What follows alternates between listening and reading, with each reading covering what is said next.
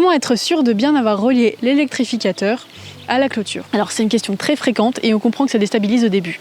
Mais pas de panique, on va rejoindre Delphine et on va faire tout ça ensemble. Avec Delphine, on a choisi d'installer un kit tout près de fil électrique. On commence donc par déballer le carton. On plante ensuite les premiers piquets en plastique en les espaçant bien pour que le filet soit bien tendu. C'est plus simple à deux et il faut penser à laisser un emplacement pour l'entrée de la clôture. Si une portion du filet est trop lâche, on retire un piquet et on l'écarte un peu plus. On passe ensuite au montage du portillon électrifié en suivant les étapes du manuel et en faisant passer les barres transversales dans le filet. On serre bien les vis pour que le portillon reste solide dans le temps. On plante les barres de support de chaque côté de l'entrée, puis on glisse les barres du portillon dans les charnières. Si besoin, on rapproche les piquets de l'entrée pour qu'ils soient bien alignés avec le portillon et on attache le tout avec le cordage fourni pour qu'il n'y ait aucun espace. On raccorde ensuite l'électrification au portillon avec le fil en serrant le petit écrou sur le filet. Attention! Sur ce modèle de filet, seuls les fils horizontaux sont électrifiés. On les reconnaît aux petits brins conducteurs qui les composent.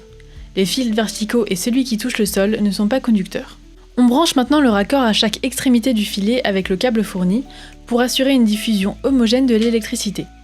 On peut creuser une petite tranchée sous le portillon pour y passer le câble et ainsi éviter de se prendre les pieds dedans.